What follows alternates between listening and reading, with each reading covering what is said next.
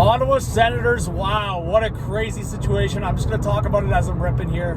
But Pierre Dorian, done as general manager of the Ottawa Senators, 7 going on 8 years. And I think Pierre Dorian did some good, did some bad in Ottawa. I think you were finally seeing a lot of the positive, though.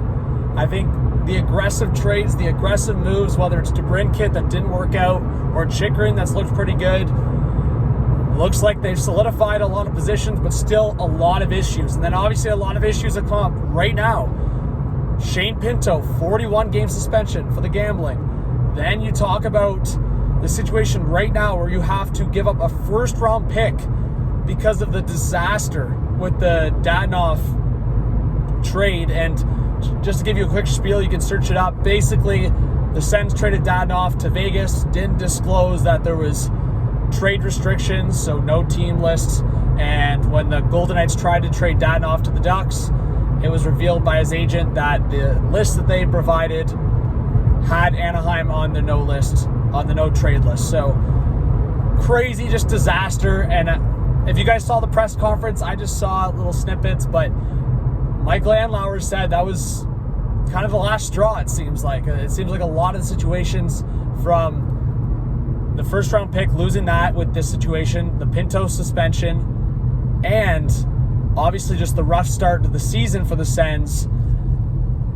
Andlauer bringing in Steve Staios. Now he's going to be the interim GM. It seems like that was kind of the rumors all along, and we'll see where it goes. I mean, there's a lot of rumors right now that Mr. Chiarelli could come into the picture in a big way for Ottawa. So the Senators, it is a mess to say the least. I think Sens fans are very happy with what they're seeing right now from Michael Andlauer. I think they're very happy to see it from their owner, the initiative, the transparency, all these things come into play. And it's refreshing, I think, from a hockey fan, but also just in general, and person heavily involved in hockey. It's great to see. Maybe from the NHL level, they're going to disagree, and maybe something comes out of this and comes out of the press conference. But I think when you're talking about an organization, top to bottom, and the fans, you've got to be happy with the transparency from your owner. On the other side of things, very, very rough start to the year, to say the least, with Ottawa. So the fact that they have to lose a first-round pick, and Michael Andlauer said it himself, he's like, why I had to inherit this is beyond me. I mean, he is frustrated, to say the least. And I mean, anyone that talks about Michael Andlauer, just a significant and substantial person in the hockey universe right now, obviously with the Bulldogs, now with the Sens, he has a huge, huge imprint and a huge, huge presence.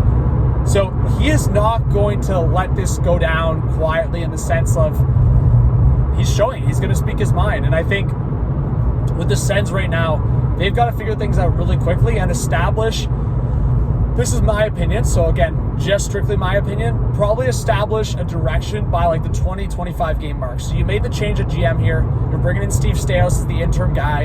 You're going to evaluate the organization top to bottom as you've had a rough start. By game 20-25, or even just say by the new year, by the end of December, going into the 2024 calendar year, if you are still struggling and still well out of a playoff spot, yeah, you know what? You could wait it out. The St. Louis Blues, everyone's going to always reference that. Early January, they were still near the bottom of the they were at the basement, and they made a run to the playoffs in a Stanley Cup. So, sure, you could wait longer, but I think if you're Ottawa, you've really got to have some decision-making on certain guys. I do think you're going in a certain direction with your younger guys like Timmy Stützle. Chychrun's going to be in there. Sanderson's going to be in there. Forward group, Ridley Gregg. If you want to keep Shane Pinto, Brady Tkachuk, obviously, Josh Norris. But past that, there's a lot of guys that are either mid-20s or late 20s or even their 30s you're going to have to make consideration on. Thomas Chabot, Drake Batherson, that was like the original core. So what do you do in that sense? But they have moved on from Pierre here, and the next conversation will be DJ Smith. So when I'm talking about this 25-game timeline and timeline through the new year, maybe they ride it out the whole season with DJ Smith, but there's going to be a lot of conversations here around the Ottawa Senators and what happened. But I cannot believe, I will say this, Elliot Friedman said it on the podcast too, I could not believe within weeks here, the Sens have lost Pinto for half a season, and they've actually lost a first-round pick. There's a lot of things around the league right now that people are going to be on top of. And you know what? I'll say at the very least, the inconsistencies are there. I have been content with the consistency towards NHL player safety recently in terms of the National Hockey League. Rest in peace to Adam Johnson. What happened there is just incredibly scary, so sad.